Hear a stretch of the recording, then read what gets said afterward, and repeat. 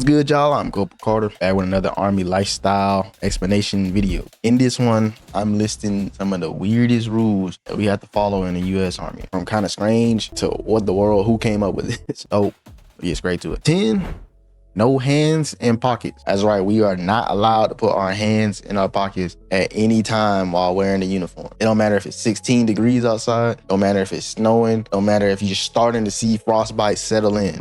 You cannot put them in our pockets. Now you're probably like, what about when you have to take something out or put it in your pocket? Exactly, so you gotta be quick with it. Take it out quick before they think you're using one of the 12 pockets you have on the OCP. Almost like they shouldn't have put pockets on it to begin with if we can barely use it. So after you've been in for a while, this is like second nature not to do it. But a lot of people who are new or like used to relaxed units get called out on this. And you will get caught on this quick. Like walking around any base with hands in your pockets for like 5 minutes, somebody is saying something to you. Right, so number 9, no public displays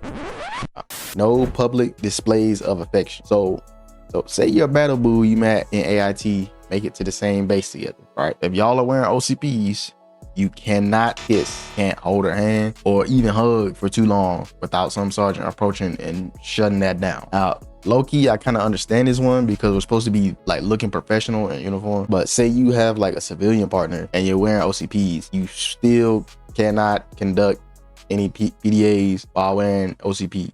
8, greetings. If you walk by someone of higher rank, whether it be an officer or NCO, you have to greet them with good morning, sir, or ma'am, like depending whoever you pass, or good morning, sergeant, master sergeant, first sergeant, whoever it is. Obviously, if they're officer, you have to salute them as well. This one is only weird because of how the Army enforces it. Like, I agree with the premise of having manners. You know, from the South, you should say hey when passing somebody by.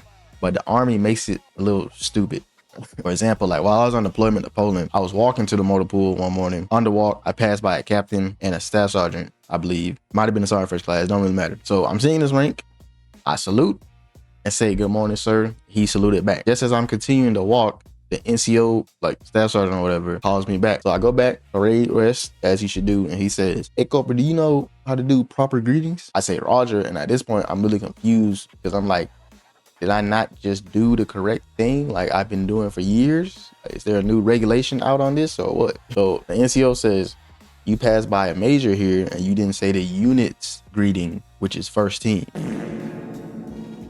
Now, I've never seen this rule enforced like this before. Like, never in my 6 years have I ever seen someone get hemmed up for not saying the unit's motto in a greeting. Like that's not a thing. Like, yes, like some people say it as replacement of saying good morning just to make the whole like interaction more casual and like less robotic, but that being what you're supposed to say is not a thing. Like never has been, never will be. So I was professional. I told him I never heard that one before, I'll do better next time, and continued on with my day. There's gonna be a lot of like rage bait moments like that in the Army. Like you have to be able to just say Roger a lot of times because it's like they're baiting you into getting into more trouble. Always say Roger and keep pushing, brothers. Don't take the bait. But overall, like this is a common thing in the Army, like with greeting rules being enforced. It's like how it usually goes is an officer, like lieutenant or a captain, is walking with or like in proximity of an NCO. And if you don't salute or acknowledge your officer correctly, NCO is gonna start barking at you like a rabid pit bull.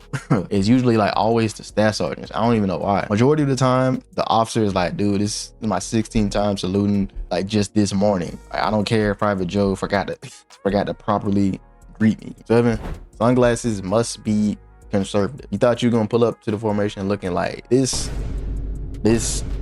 or this, but you thought wrong. AR 670-1, which is like just a regulation like how to properly wear the uniform, states that shades must be conservative and not trendy or faddish. Also, you simply can't wear them if you're in a formation, the field, or indoors. The only free room being that if you have like prescription eyeglasses that got the 5% tint in them, you can wear those 24/7, but some NCO is probably still gonna question you at some point. Honestly, you can just rock the eye pro or safety glasses with tint, which is pretty much shades anyway. Just don't do that in garrison. It's a little bit weird. This one kind of makes sense because the uniform does gotta have like a certain look to it. Like I kind of understand it a little bit. 6, again, it's more of a thing in basic training in AIT, but calling a room to attention / at ease. So like when a sergeant, first sergeant, or sergeant major, somebody walks in the room, the first Joe to see them has to call the room to at ease. You have to say it loud enough for everybody to hear, then everybody like repeats it back. If you don't, your cook, guy help. If any officer walks in, you have to do the same, but instead you say building attention. Like I said, this happens like every 15 minutes in training environments, but in your actual like active duty unit, you usually only do this when you're at the staff duty desk and like the commander walks in for the first time that day. You have to call the whole building to attention. When Sergeant Major walks in, you have to call the whole building to at ease. Also, when you have a room inspection that involves E8 or higher, they knock, right? You answer your door. When they walk in, like as soon as their foot crosses the line from hallway to your room tile, you have to call out at ease or attention as well.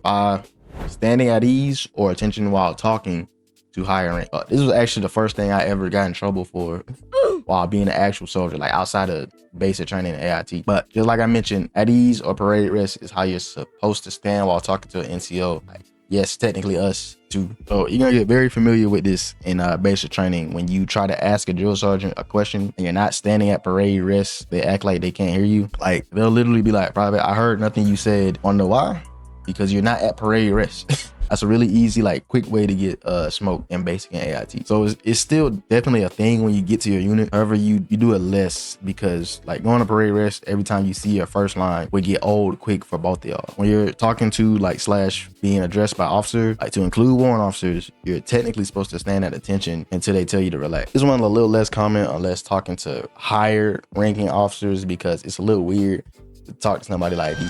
No walking and using a cell phone is a huge one because some places may be a little lax with letting you get away with the other rules, but nowhere, not a single base lets you get away with this one. All in OCPs, if you take your cell phone out to use it, you must stop walking out, walk and talk at the same time. You will get put at parade rest and then smoke. Can't even text on it. Like look at IG reels. Like if your attention is in the phone, you stop, the feet stop moving. Why this is a rule, I'm not entirely sure. Like they act like we can't chew gum, walk and breathe at the same time, which by the way, can't chew gum while walking in uniform either because you can't eat while walking. 3, addressing vehicles by rank. Now this one is really strange. When officers are driving on post and come up to the gate after scanning their credentials, the gate guard is required to salute them like while they're driving. So this applies even if the officer is in his POV or privately owned vehicle. Now, luckily the officer driving isn't required to salute back because like, would you imagine wrecking because you're trying to salute the gate guard back? Like he salutes you and you like, oh. So it's been a thing for the longest, but seeing it done in person really makes you realize like we are really some weirdos. Number 2 thing, no running in the motor pool. Yeah, that's right.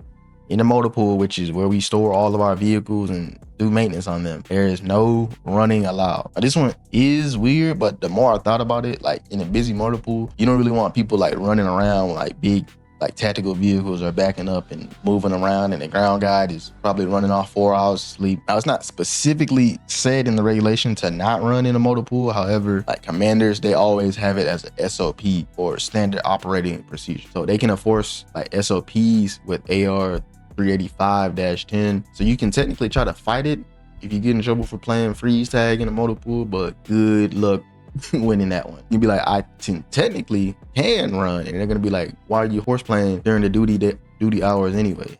And number 1, no walking on the grass, aka no walking on Sergeant Major's grass. This is more heavily enforced in TRADOC environments like basic training, AIT, like I said, but best believe some regular units are still enforcing this heavy. They even have like signs saying no walking on the grass outside the building and stuff. Now, this one always made the least sense to me because we're the Army, right? We're wearing combat boots the majority of the time. In the field, we walk all over that grass and mud and dirt and whatever else they ask us to. But for some reason, walking on a little patch of grass in front of brigade headquarters is like punishable by UCMJ. Like everybody in has a horror story or knows somebody with a story of walking on the grass one day and some NCO or senior NCO says, hey, get off the grass. Again, this doesn't have a specific like regulation saying not to, but under AR 600-20, like commanders can have SOPs act as orders. So like these orders can be for like good order and discipline. And if you break the SOPs, it's equal to breaking the AR 600-20. That's it. A couple of the weirdest rules I've encountered while active duty in U.S. Army. You know down below which one you broke before. If you're in, you want a list of things that are guaranteed to happen to you in every contract. Like this video right here.